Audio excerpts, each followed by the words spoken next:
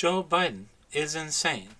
Joe Biden recently conducted a daring visit to the capital of Ukraine, nearing the anniversary of his one-year war against Vladimir Putin's Russia after their invasion of Ukraine.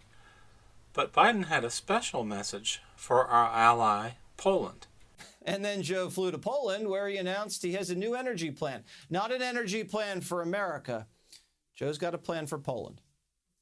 We're also launching a new strategic partnership with plans to build nuclear power plants and bolster Poland's energy security for generations to come.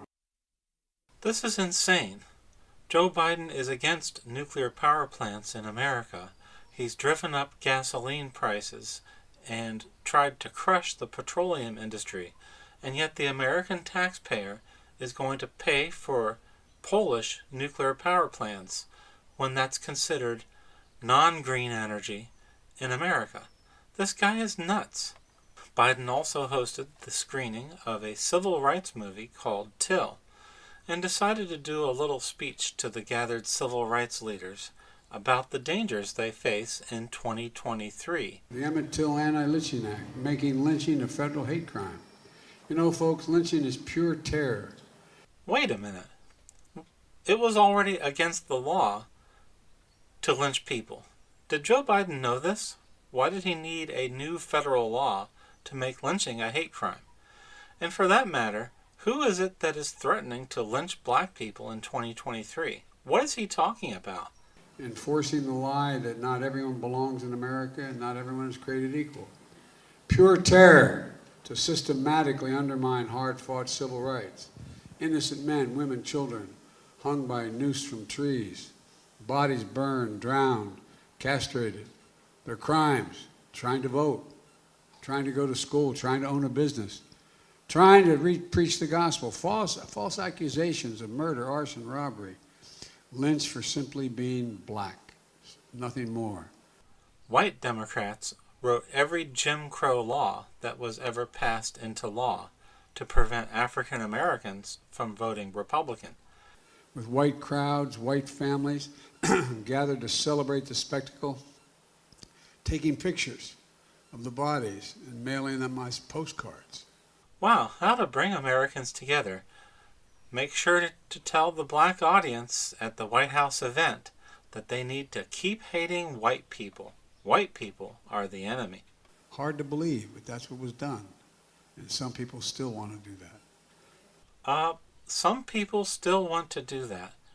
Who, Mr. President? Name names. Name political parties that wish to lynch people. You just said some still want to do that, inflaming racial division and racial hatred in 2023, and yet you don't say who the guilty parties are. This is insane at a time when Americans need to come together in unity, to have a president doing everything he can to divide Americans over a non-existent issue. Who's in danger of being lynched in 2023? You know, as this film powerfully does, it tells the story of a mother's loss and a young son's promise, a nation's reckoning about hate, violence, and power. You know, before 14-year-old Emmett Till left on his trip to visit his family in Mississippi, Miss Till, a teacher who knew the history, reminded him, be very careful how you speak. Say, yes, sir, no, ma'am. Don't hesitate to humble yourself if you have to get down on your knees. Sort of like how a non-black person has to be very careful in how they speak if they go to a black neighborhood in 2023. That conversation is not in the distant past. Same talk today. What? Same talk today? Who? Who is threatening to lynch black people in 2023? So many black and brown family parents have to have that similar conversation with their children. What? Who are blacks in danger of in 2023? Biden's message is very blatant. Vote for me, vote for the Democratic Party, or you will be lynched the next day. Worrying about whether they'll come home from a walk down the street, or playing in the park, or just driving a car, like we saw Tyree Nichols just last month. Tyree Nichols was murdered by 5 black police officers, Mr. Biden, He was not the victim of white intolerance. You are out of your freaking mind. They're becoming a victim of too many acts of hate and violence unleashed on those known and unknown. Unleashed on those known and unknown. Biden's clearly reading from a speech here, but you wonder, who was the speechwriter at the White House whose job it was to make sure Biden continues stoking the flames of racial animosity, racial division, racial hatred, and most especially, racial envy in order to get out the vote for the Democratic Party. Let's go to NowThis News. You know, folks, lynching is pure terror. Innocent men, women, children, hung by a noose from trees, bodies burned, drowned, castrated. Their crimes, trying to vote, trying to go to school, trying to own a business. Lynched for simply being black. Nothing more. Hate never goes away.